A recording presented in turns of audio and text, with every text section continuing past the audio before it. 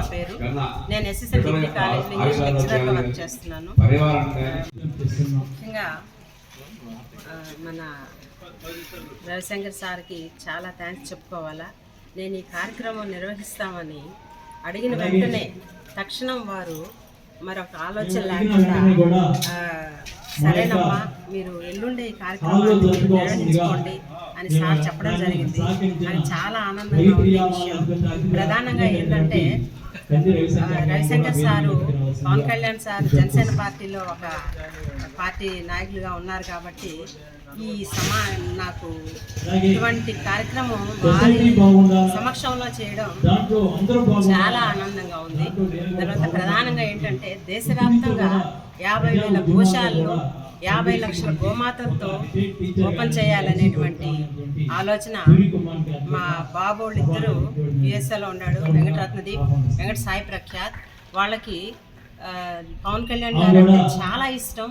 So youth అంతా కూడా ఒక దగ్గరకు వచ్చి మన పవన్ కళ్యాణ్ సార్కి ఏ విధమైనటువంటి హెల్ప్ చేయాలని యూత్ అంతా కూడా చాలా ఉర్రూతలుగుతున్నారు. తర్వాత ఏంటంటే గోవు వల్ల ఎటువంటి లాభం లేదనుకుంటున్నారండి. గోవు వల్ల లాభం కల్పించాలనేది యూత్ అంతా ఇప్పుడు ఒక దీనికి వచ్చున్నారు. అదేంటంటే ప్రతి స్త్రీ ఎవరైతే 30 నుండి 40 సంవత్సరాల లోపల భర్తను కోల్పోయినటువంటి వాళ్ళకి గోవు లోన్ ఇప్పించి ఆ గోవుని మరలా వాళ్ళు చాకటానికి కష్టం అవుతుంది కాబట్టి మనమే గోశాల నిర్మాణం చేసి ఒక్కొక్క గోశాలలో 100 గోవుల్ని ఉంచి వాటిని మనము ఎంతో అభివృద్ధి చేయాలనేటువంటి ఉద్దేశంతో ఇది పవన్ కళ్యాణ్ గారికి, సార్ గారికి మరియు మోదీ గారికి కూడా చాలా ఇంట్రెస్టింగ్ సబ్జెక్ట్ కాబట్టి నా చిన్న విన్నపం వారు తప్పకుండా మరణించి ఈ సమాచారాన్ని వాళ్ళు స్వీకరిస్తారని నేను చాలా ఆలోచనతో ఆనందంతో వారికి విన్నవించుకోవాలనుకున్నాను. దీని గురించి చాలా సబ్జెక్ట్ ఉంది.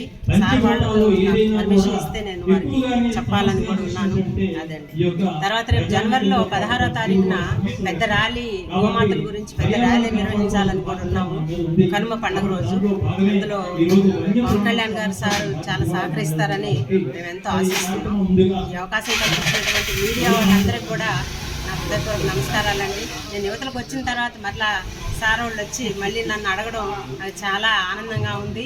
వారికి మరొకసారి గోమాత దీవెనలు వాళ్ళకు ఉండి ఆనందంగా జీవించాలని అందరూ కూడా జై గోమాత. గవర్నమెంట్ టీచర్ మా బాబోళ్ళు ఇద్దరు యుఎస్ఏలో ఉన్నారు.